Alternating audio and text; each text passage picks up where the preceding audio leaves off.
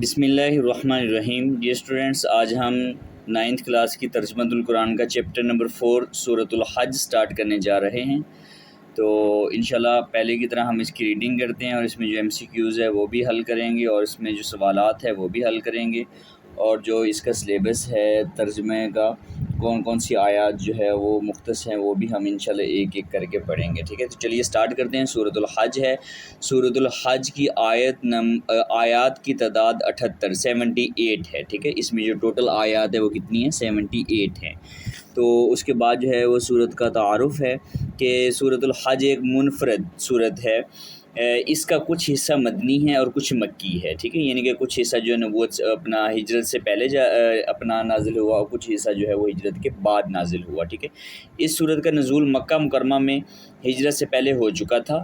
ٹھیک ہے، یعنی کہ جب آپ صلی اللہ علیہ وسلم نے بھی ہجرت نہیں کی تھی، اس سے پہلے ہی مکہ مکرمہ میں یہ نازل ہو چکی تھی، لیکن اس کی تکمیل یعنی اور تکمیل ہجرت کے بعد مدینہ منورہ میں، یعنی کہ یہ صورت مکمل جو ہے وہ مدینہ منورہ میں ہوئی۔ ٹھیک ہے، جب آپ نے ہجرت کر لی تھی، تو اس کا کچھ حصہ مکی ہے اور کچھ کیا ہے، مدنی کہلاتا ہے۔ اس صورت میں بتایا گیا ہے کہ حج حضرت ابراہیم علیہ السلام کے زمانے میں کس طرح شروع ہوا اور اس کے بنیادی ارکان کیا تھے۔ ٹھیک ہے، اسی وجہ سے اس صورت کا نام کیا ہے؟ سورۃ الحج جو ہے وہ ہے۔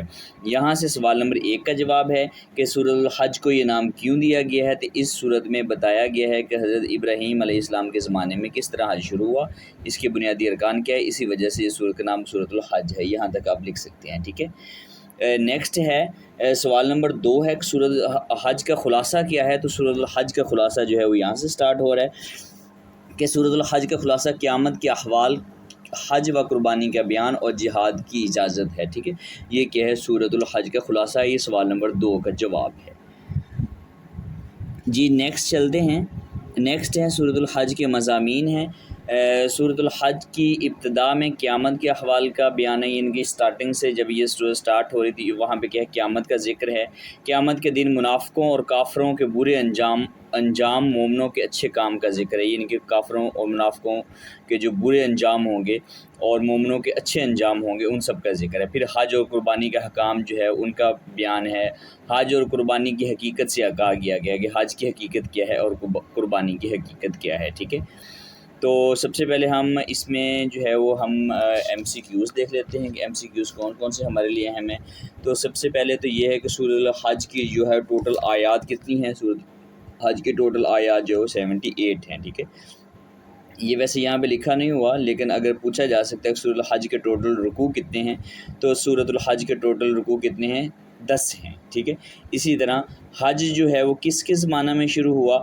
تو حج جو ہے وہ حضرت ابراہیم علیہ السلام کے جو ہے وہ زمانہ میں شروع ہوا۔ ٹھیک ہے، اسی طرح مشرکوں کے خلاف جہاد کی اجازت دی گئی اور شرک سے منع کیا گیا ہے، کس صورت میں کیا گیا ہے؟ وہ سورۃ الحج میں جو ہے وہ منع کیا گیا ہے۔ ٹھیک ہے، اسی طرح یہ سوال بھی اہم ہے کہ سورۃ الحج کی انفرادیت کیا ہے، یعنی کہ کیسے یہ منفرد ہے۔ ٹھیک ہے، تو آپ یہاں سے لکھ سکتے ہیں کہ سورۃ الحج کی انفرادیت یہ ہے کہ اس کا کچھ حصہ مدنی اور کچھ مکی ہے۔ ٹھیک ہے، یہ ہجرت سے پہلے جو ہے وہ نازل ہو چکی تھی اور تکمیل اس کی کیا ہے؟ اپنا مدینہ منورہ میں ہوئی۔ ٹھیک ہے، اسی طرح مضامین کی طرف آ جائیں تو یہاں پہ یہ کویشچن بن سکتا ہے کہ سورۃ الحج کی ابتدائی مضامین کون کون سے ہیں؟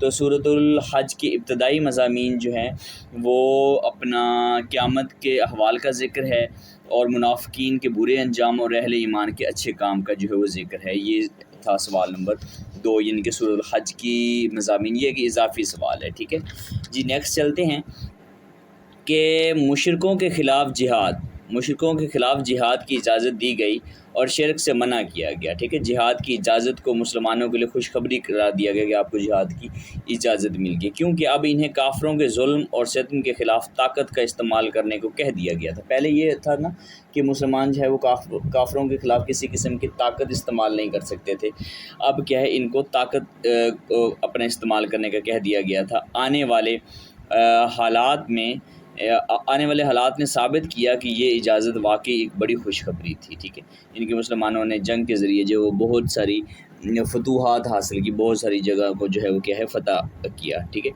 اسی طرح سورۃ الحج کے آخر میں ان تمام انسانوں کو ایمان لانے کی بھرپور دعوت دی گئی ہے، جتنے بھی روئے زمین کے انسان ہیں ان کو کیا ہے ایمان لانے کی بھرپور دعوت دی گئی ہے۔ پھر بتایا گیا ہے کہ اللہ تعالیٰ نے فرشتوں اور انسانوں میں جس کو چاہا پیغام پہنچانے کے لیے منتخب فرمایا ہے، یعنی کہ اللہ تعالیٰ نے جس کو چاہا ہے اس کو کیا ہے پیغام پہنچانے کے لیے منتخب کر دیا، نبیوں میں بھی منتخب کیا اور کیا ہے فرشتوں میں بھی منتخب کیا۔ ایمان والوں کو عمل صالح کرنے اور جو ہے وہ امت کی ذمہ داری جو ہے وہ ادا کرنے کا حکم دیا گیا۔ تو سب سے پہلے ہم اس میں MCQs دیکھتے ہیں کون کون سے امر لیے ہمیں۔ تو MCQs یہ ہے کہ اللہ تعالیٰ نے فرشتوں اور انسانوں سے جس کو چاہا منتخب فرمایا، کس لیے منتخب فرمایا؟ پیغام پہنچانے کے لیے، ٹھیک ہے۔ اسی طرح ایمان والوں کو عمل صالح اور امت کی ذمہ داری ادا کرنے کا حکم کس صورت میں دیا گیا ہے؟ کہ وہ سورۃ الحج میں دیا گیا ہے، ٹھیک ہے۔ تو یہ تھے اس کے MCQs جو کہ اضافی ہیں، ٹھیک ہے۔ نیکسٹ ہم چلتے ہیں اس کے علمی اور عملی نکات کی طرف۔ سورۃ الحج کے مطالعے سے جو علمی اور عملی نکات معلوم ہوتے ہیں ان میں سے چند یہ ہیں، یہ تو اب ہر صورت میں آ رہا ہے، یہ آپ نے لازمی یاد کرنا ہوتا ہے، ٹھیک ہے۔ تو اس میں سوال نمبر 3 کا جواب بھی ہے کہ سورۃ الحج کے اہم علمی اور عملی نکات میں سے 2 تحریر کریں، ٹھیک ہے۔ تو 2 علمی اور 2 عملی میں نے نشانات لگا دیے ہیں، تو آپ دیکھ لیں گے جو آپ یہ سارے آپ لکھ سکتے ہیں، تو آپ دیکھ لیں گے کہ آپ کو جو آسان ہو وہ آپ لکھ دیجئے گا۔ سورۃ الحج کی قیامت کا دن ایک نہایت سخت اور ہولناک دن ہوگا جو لوگوں کے ہوش اڑا دے گا، یعنی کہ بہت زیادہ سخت دن ہوگا، سورج جو ہے وہ بہت زیادہ قریب ہوگا، زمین جو ہے وہ تانبے کی ہوگی، ٹھیک ہے۔ اس ٹائم جو ہے وہ نیک اعمال کے علاوہ اور کچھ کام نہیں آنے والا۔ اللہ تعالی ہم سب کو نیک اعمال کرنے کی توفیق عطا فرمائے، آمین۔ شیطان کی پیروی کرنے والے دنیا میں گمراہی اور آخرت میں عذاب میں ہوں گے، یعنی کہ جس شخص نے شیطان کی پیروی کی وہ کیا ہے دنیا میں تو گمراہ ہوئے اب آخرت میں بھی کیا ہے وہ عذاب میں مبتلا ہوں گے، ٹھیک ہے۔ شرک کے لیے کوئی دلیل نہیں، ایک چھوٹا سا تھا وہ میں نے نشان لگا دیا تاکہ آپ کو یاد کرنے میں آسانی رہے، ٹھیک ہے۔ اسی طرح منافقین اللہ تعالیٰ کی عبادت کنارے کنارے رہ کر کرتے ہیں اور دنیا کے فائدے پر خوش ہوتے ہیں اور نقصان پر دین سے دور ہو جاتے ہیں، یعنی کہ جو منافقین ہیں وہ تو ایسے سمجھے کہ اب دکھاوے کے لیے عبادت کر رہے ہوتے ہیں، ٹھیک ہے۔ جب ان کو دنیا میں کوئی فائدہ پہنچتا ہے تو بہت خوش ہوتے ہیں، اور جب دین کو نقصان پہنچتا ہے تو اس سے دور ہو جاتے ہیں، کہتے ہیں ہمارا تو کوئی لینا دینا ہی نہیں ہے، ٹھیک ہے۔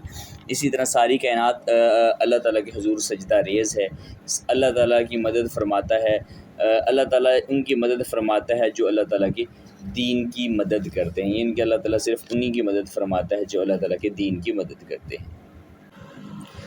جی آئیے ہم اس کا ترجمہ پڑھتے ہیں، دیکھتے ہیں کہ کون کون سی آیات جو ہے وہ اس نصاب میں شامل ہیں۔ تو جناب اس کی آیات جو ہے وہ 65 تا 69، ٹھیک ہے، 65 تا 69 جو ہے یہ نصاب کے اندر شامل ہیں، انہی کو آپ نے یاد کرنا ہے اور انہی کا کیا ہے امتحان لیا جائے گا۔ ہم اس کو نکالتے ہیں اور اس کو کیا کرتے ہیں سٹارٹ کرتے ہیں۔ جی یہاں سے یہ سٹارٹ ہو رہا ہے الم تر ان اللہ، تو ایک ایک لفظ کو آپ نے اچھی طرح سمجھنا ہے اور کیا ہے اس پر غور کرنا ہے تاکہ آپ کو ترجمہ سمجھنے میں آسانی ہو۔ الم تر، اس کے ہم پیراگراف بنائیں گے چھوٹے چھوٹے کر کے اور پھر میں آپ کو بتاؤں گا کہ ترجمہ کیسے یاد کیا جاتا ہے۔ علم کا مطلب ہوتا ہے کیا نہیں، تارا تم نے دیکھا، ان اللہ، انا کا مطلب ہوتا ہے کہ، اللہ کا مطلب اللہ نے، ٹھیک ہے۔ کیا تم نے نہیں دیکھا کہ اللہ نے، سخرا کا مطلب ہوتا ہے مسخر کر دیا، ٹھیک ہے، لکم تمہارے لیے، ما جو کچھ، فی الارضی زمین میں ہے، ٹھیک ہے۔ یہ کیا تم نے نہیں دیکھا کہ اللہ نے تمہارے لیے مسخر کر دیا جو کچھ زمین میں، یہاں تک کریں گے، ٹھیک ہے۔ دوسرے پیراگراف میں یہ بنائیں والفلک کا مطلب ہوتا ہے اور کشتیاں، تجری چلتی ہیں، فی البحری سمندر میں، بامرہ اسی کے حکم سے، ٹھیک ہے، اور کشتیاں سمندر میں اسی کے حکم سے چلتی ہیں۔ وہ یمسک السما، یمسک کا مطلب ہوتا ہے وہی روکے ہوئے ہے، السما آسمان کو، ان تقع کہ وہ نہیں گر سکتا، ٹھیک ہے، علی الارض زمین پر، الا بغیر، باذنہ اس کے حکم سے، ٹھیک ہے، اور وہی آسمان کو روکے ہوئے ہے کہ اس کے حکم کے بغیر نہیں گر سکتا۔ جی ان اللہ، بے شک اللہ، بالناس لوگوں پر، لرؤوف الرحیم نہایت رحم کرنے والا ہے، ٹھیک ہے۔ نیکسٹ ہے وہو الذی، وہو کا مطلب ہوتا ہے اور وہی تو ہے، الذی جس نے، احیاکم تمہیں زندہ فرمایا، ثم پھر، یمیتکم تمہیں موت دے گا، ثم پھر، یحییکم تمہیں زندہ فرمائے گا، ٹھیک ہے۔ وہی تو ہے جس نے تمہیں زندہ فرمایا پھر تمہیں موت دے گا، ٹھیک ہے، پھر تمہیں زندہ فرمائے گا۔ ان الانسان، یقیناً انسان تو بڑا ہی ناشکرا ہے، انا بے شک الانسان انسان لکفور ناشکرا ہے، ٹھیک ہے۔ نیکسٹ ہے لکل امتن، ہر امت کے لیے، لکل امتن ہر امت کے لیے، جعلنا ہم نے مقرر فرمایا، جعلنا کا کیا مطلب ہے؟ ہم نے مقرر فرمایا، منسکن، منسکن کا مطلب ہے عبادت کا ایک طریقہ، یعنی کہ اس سے مراد جو ہے وہ قربانی ہے، ٹھیک ہے، عبادت کا ایک طریقہ۔ ہم کا مطلب ہوتا ہے وہ، ناسکوہ کہ وہ چلتے ہیں، جس پر وہ چلتے ہیں، فلا ینازعنک تو ان کو چاہیے ہرگز وہ آپ سے جھگڑا نہ کریں، ٹھیک ہے، فلا پس وہ نہ کریں، ینازعنک جھگڑا، فی الامری کسی کام میں، کسی معاملے میں، ٹھیک ہے۔ ہر امت کے لیے ہم نے عبادت اور قربانی کا ایک طریقہ مقرر فرمایا جس پر وہ چلتے ہیں، ان کو چاہیے کہ ہرگز وہ اس معاملے میں جھگڑا نہ کریں، ٹھیک ہے۔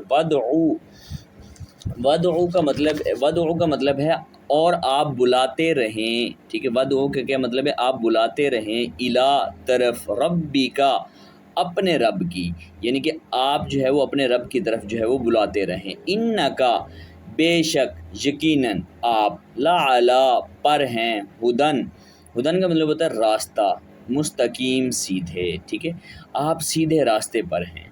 وَإِن جَادَلُوكَ، وَإِن کا مطلب ہوتا ہے اور اگر، جادلوکا وہ آپ سے جھگڑیں، فَقُلِ اللَّهُ، فَقُلِ کا مطلب ہوتا ہے فَقُل کا مطلب ہوتا ہے آپ فرما دیجئے، اللہ کا مطلب اللہ، اعلم کو مطلب ہوتا ہے خوب جانتا ہے، بما جو کچھ، تعلمون تم کر رہے ہو، ٹھیک ہے، اور اگر وہ آپ سے جھگڑیں تو آپ فرما دیجئے کہ اللہ خوب جانتا ہے جو کچھ تم کر رہے ہو۔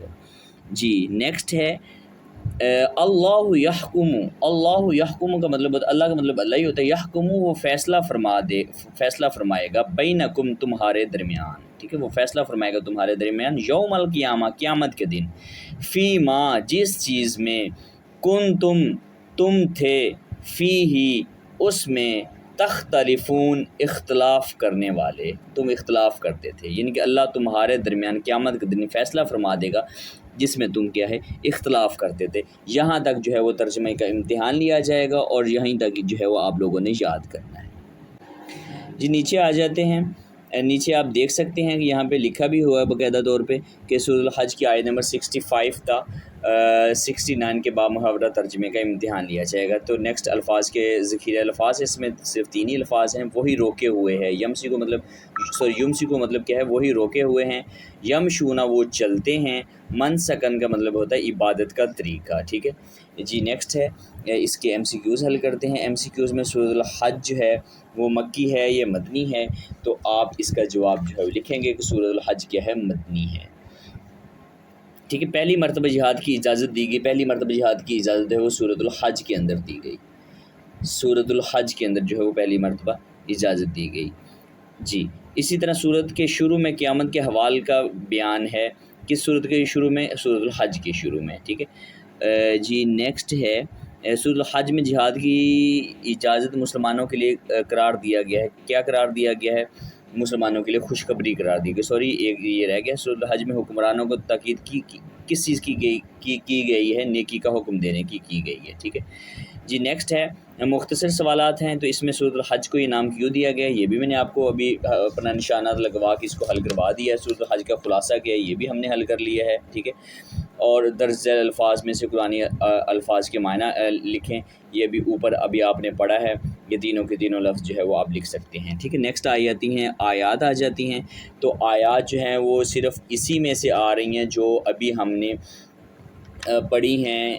آیات کا میں نے آپ کو ترجمہ بتایا ہے، تو اگر آپ نے ویڈیو ساری دیکھی ہے تو آپ کو کیا ہے سمجھ آ جائے گی انشاءاللہ العزیز کہ ترجمہ جو ہے وہ کس طرح کرنا ہے، وہاں سے آپ دیکھ کے اس کو یاد کر سکتے ہیں۔ وَهُوَ الَّذِي، اور یہ ساری جتنی کی جتنی آیات ہیں یہ ساری کے ساری کیا ہے، یہ جو ابھی نصاب کے اندر شامل ہے انہی میں سے آئی ہیں، ٹھیک ہے۔ نیکسٹ ہے تفصیلی سوال، لانگ سوال یہ کہ سورۃ الحج پر ایک مفصل نوٹ کریں۔ تو چلیے ہم اس کے سٹارٹنگ میں چلتے ہیں اور پھر میں آپ کو بتاتا ہوں کہ لانگ جو ہے کہاں سے لے کر کہاں تک اور کیسے جو ہے وہ آپ نے حل کرنا ہے، اس کو لکھنا ہے۔ جی سورۃ الحج پر ایک مفصل نوٹ لکھیں۔ تو اس پہ آپ سب سے پہلے جو ہے وہ آپ یہاں سے سٹارٹ کریں گے۔ اپنا سورۃ الحج کی 78 آیات ہیں اور اس میں 10 رکوع ہیں، یہ آپ اپنی طرف سے لکھ دیں گے۔ نیکسٹ آپ ہیڈنگ دیں گے تعارف ہے، تو تعارف جو ہے وہ آپ یہاں سے لے کر یہاں تک لکھ دیں گے، ٹھیک ہے۔ اس کے بعد جو ہے وہ آپ نیکسٹ ہیڈنگ دیں گے خلاصہ کی، خلاصہ آپ یہاں سے لے کر یہاں تک لکھ دیں گے۔ مضامین میں آ جاتا ہے تو سب سے پہلے مضامین میں آپ مختصر لکھنا ہے، بس مضامین میں پہلی ہیڈنگ دیں گے قیامت کے احوال، ٹھیک ہے، یہ آپ ہیڈنگ دے دیں گے اور اس میں کیا ہے آپ جو ہے صرف اور صرف یہاں تک لکھ دیں گے، ٹھیک ہے۔ اور اس میں کیا ہے اس کے بعد نیکسٹ ہیڈنگ دیں گے اچھے اور برے لوگوں کا انجام، اس میں آپ جو ہے وہ لکھ دیں گے کہ جو ہے وہ اچھے لوگوں کے قیامت کے دن جو اچھے برے لوگوں کے انجام کا تذکرہ کیا گیا ہے، جو ہے وہ اچھے لوگوں کا کیا انجام ہوگا اور برے لوگوں کا کیا انجام ہوگا، یہ آپ لکھ سکتے ہیں، ٹھیک ہے۔ اور اس کے بعد جو ہے وہ نیکسٹ ہیڈنگ دیں گے حج کا اعلان، ٹھیک ہے۔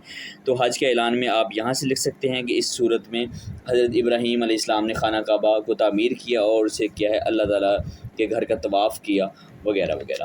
اور اسی طرح نیکسٹ ہیڈنگ آپ دیں گے حج کے احکام اور مسائل، اور اس صورت میں جو ہے وہ حج کے احکام اور مسائل کو بیان کیا گیا ہے، ٹھیک ہے۔